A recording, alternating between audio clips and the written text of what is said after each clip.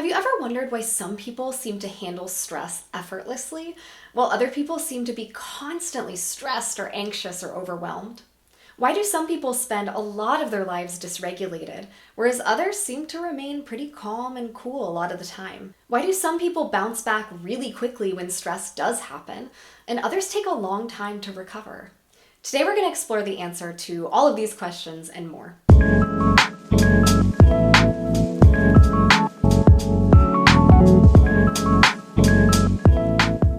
Today we're going to explore 3 key patterns that shape how people handle stress and regulation. And once you learn to understand these patterns, you can learn how to work with them. And this can transform your relationship to stress and your nervous system. So in this series, we've talked a lot about the window of tolerance. And if that's a new concept to you, you have no idea what I'm talking about, I recommend going back and watching some of the previous videos in this series, which I'll link here. But for a brief recap, I'm going to pull this graph up on the screen. So you'll notice that there are 2 lines and there's a space in between the lines with some squiggles in between. So the space in between these lines represents your window of tolerance, which is the zone of nervous system activation where we would say you are regulated. So regulation doesn't mean that you feel calm. You can feel calm here, but you can also experience the full range of emotions. You can feel a little bit stressed, a little bit anxious, a little bit down.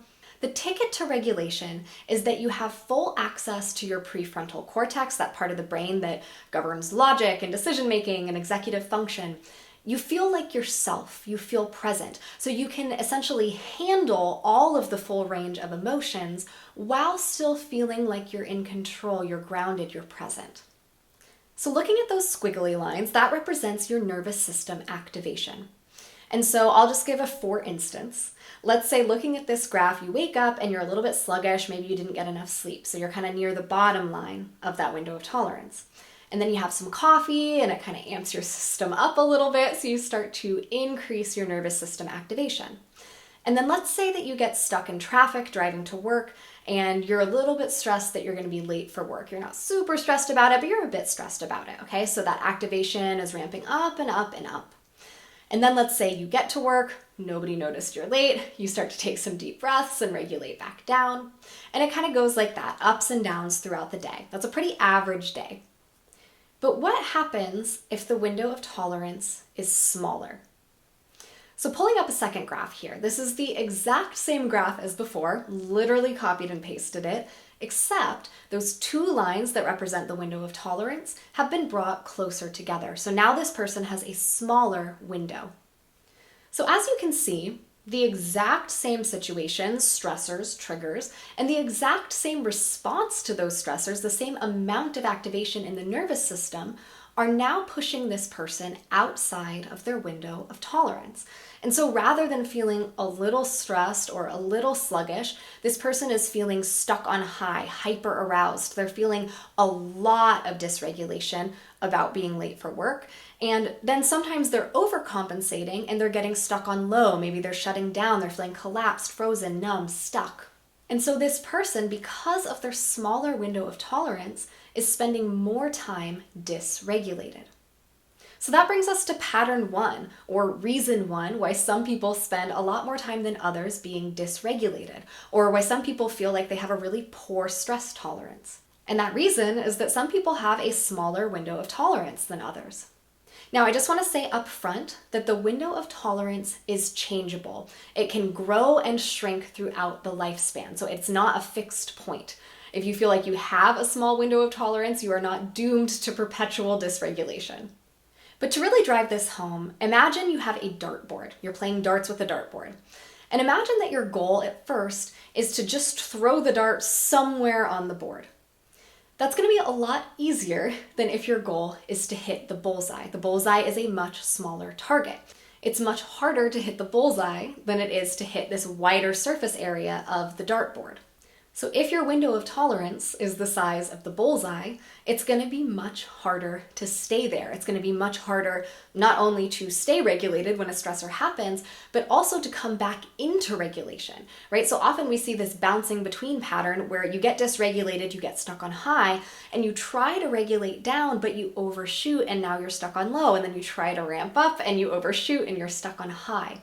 It's a much smaller surface area, so to speak, to work with, and so it's much harder to hit the target. So why would somebody have a smaller window of tolerance?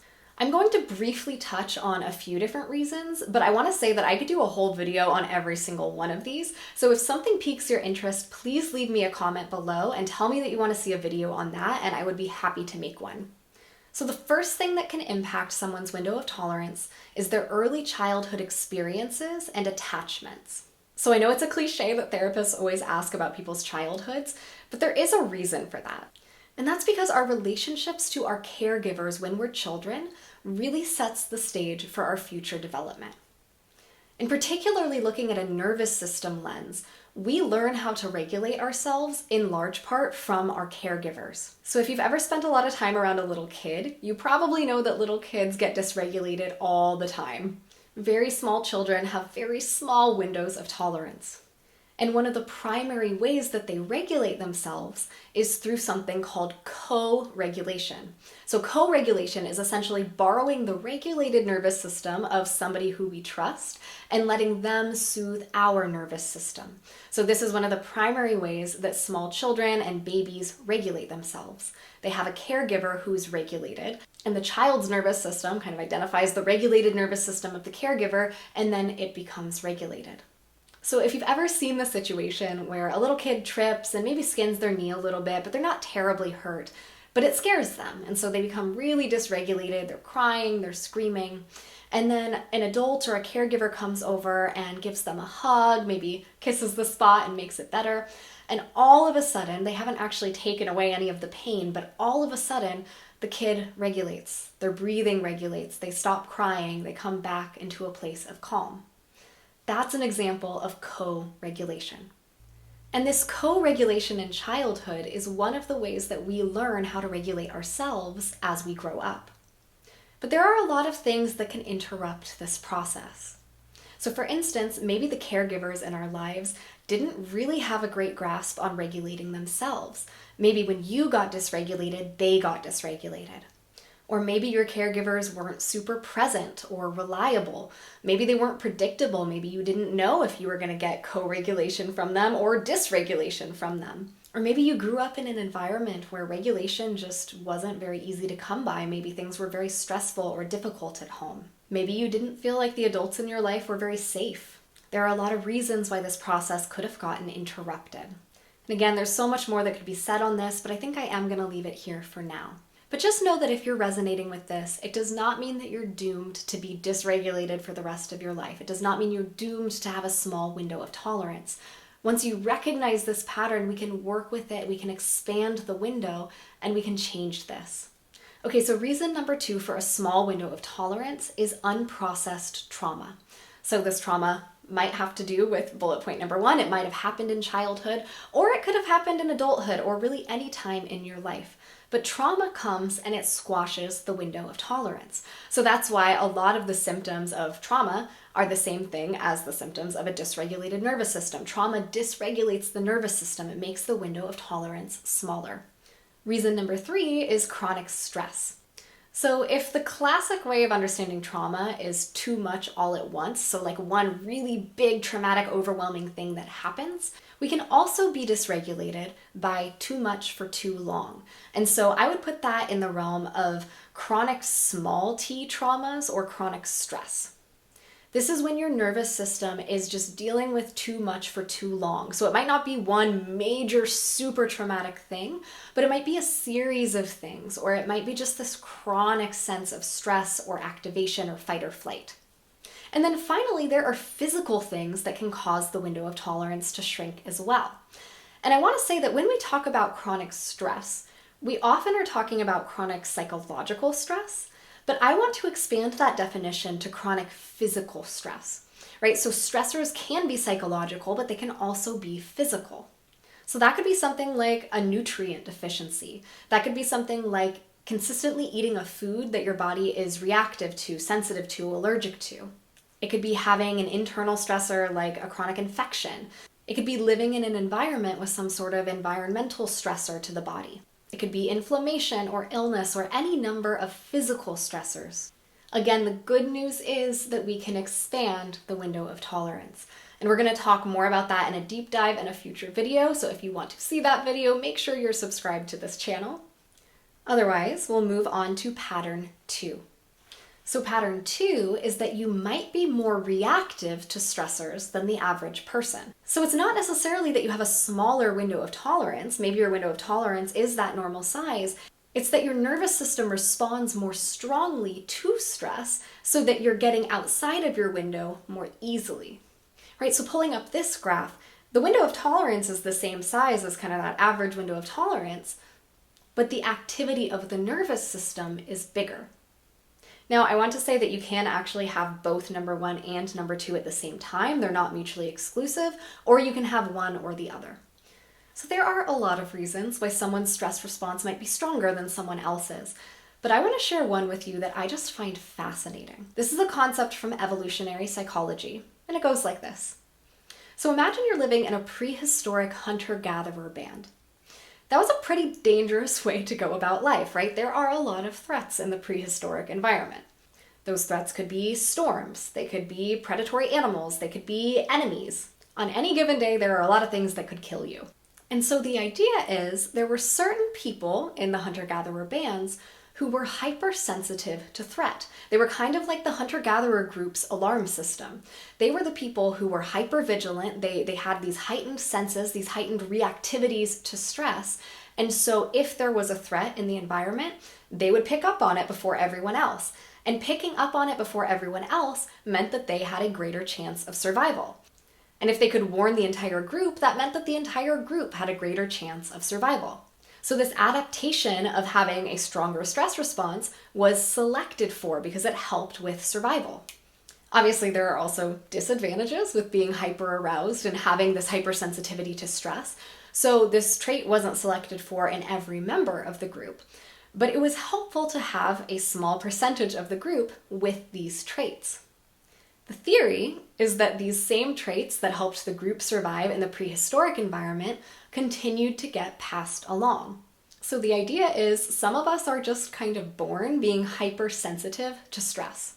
It was a trait that would have helped our ancestors survive, and it might not be so helpful for mental health today. So this can help explain why some people who have never experienced trauma and who maybe aren't living in a pressure cooker high stress situation still have similar symptoms of nervous system dysregulation.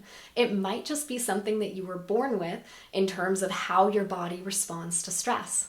The second cause of a heightened stress response that I just want to touch on is called nervous system sensitization. So the basic idea is that the more your nervous system is exposed to stress, the more sensitive your nervous system becomes to stress, and the bigger your response to stress becomes. So chronic stress can kind of rewire the amygdala, that like alarm system part of the brain, to react more strongly and more quickly to stress. The more stressed you have been, the more you react to stress.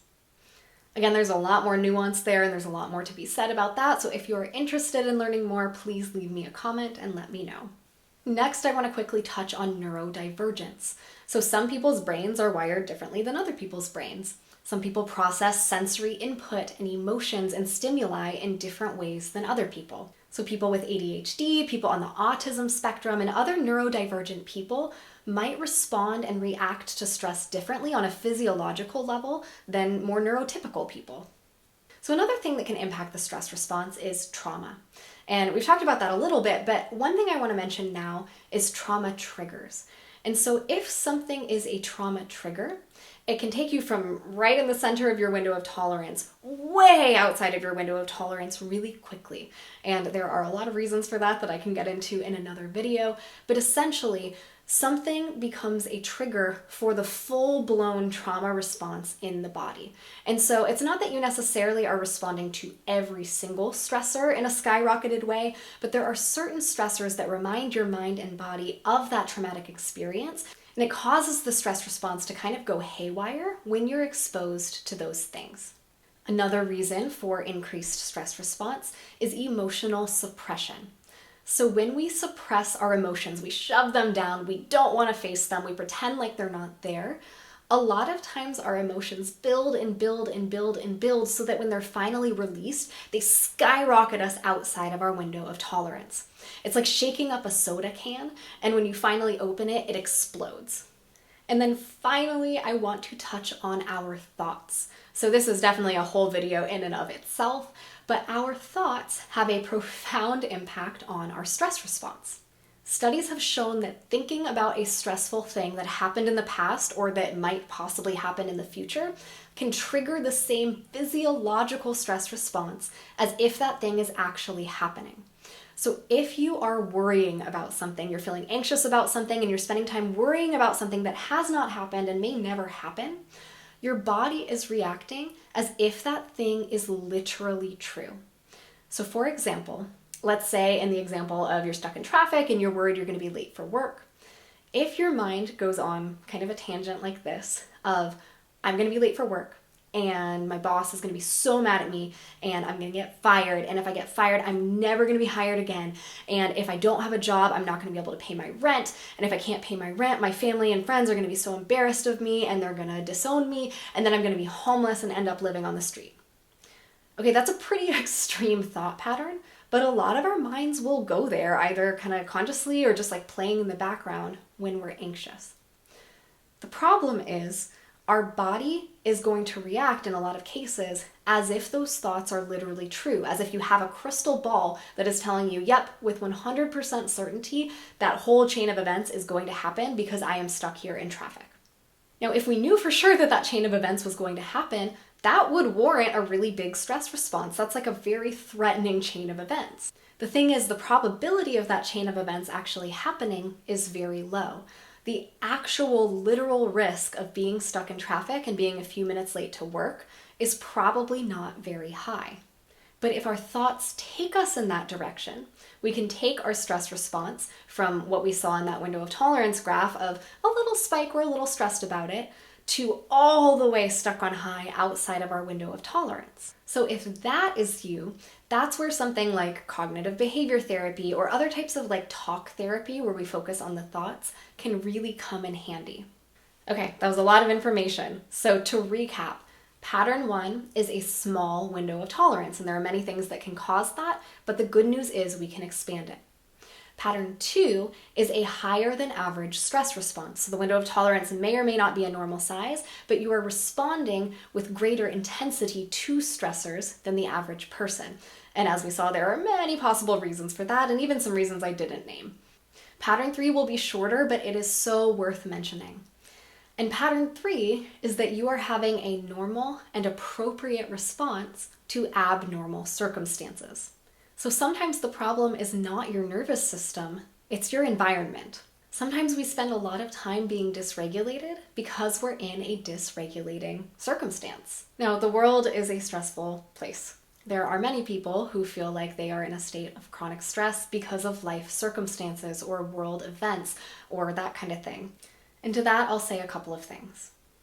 1, I understand that certain things can't be changed or they can't be changed right away.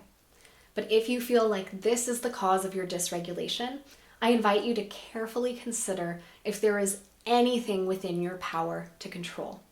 We can get into this place of learned helplessness where we feel so stuck, but see if there is anything, no matter how small, that you can control, because it is much easier to heal dysregulation when you're in an environment that is supportive of regulation. And I want to name and understand that that is not always possible, but if it is, that is the most helpful thing that you can do for yourself. The second thing is that even if you can't change anything about your circumstances, it can be so helpful to find small moments of safety, small moments where you can look around your space and say, in this moment, I don't have to focus on anything else but the present moment. And in this present moment, I am safe and I can regulate. Even if those small moments are like 30 seconds while you're in the bathroom. So again, that was a lot of information, and I am happy to do a deep dive on any of those topics. So if anything piqued your interest, please let me know and I will make a full video on it. But now the obvious question is, what do I do about these things, right? Let's say I do think I have a small window of tolerance, or let's say I do think I have a hyper-reactive stress response for whatever reason. What can we do about these things to spend more time feeling regulated? We're going to answer that question in the next video. So if you'd like to learn the answer to those questions, go ahead and subscribe, hit the notification bell to make sure that you're notified when the next video drops, and I'll see you next time.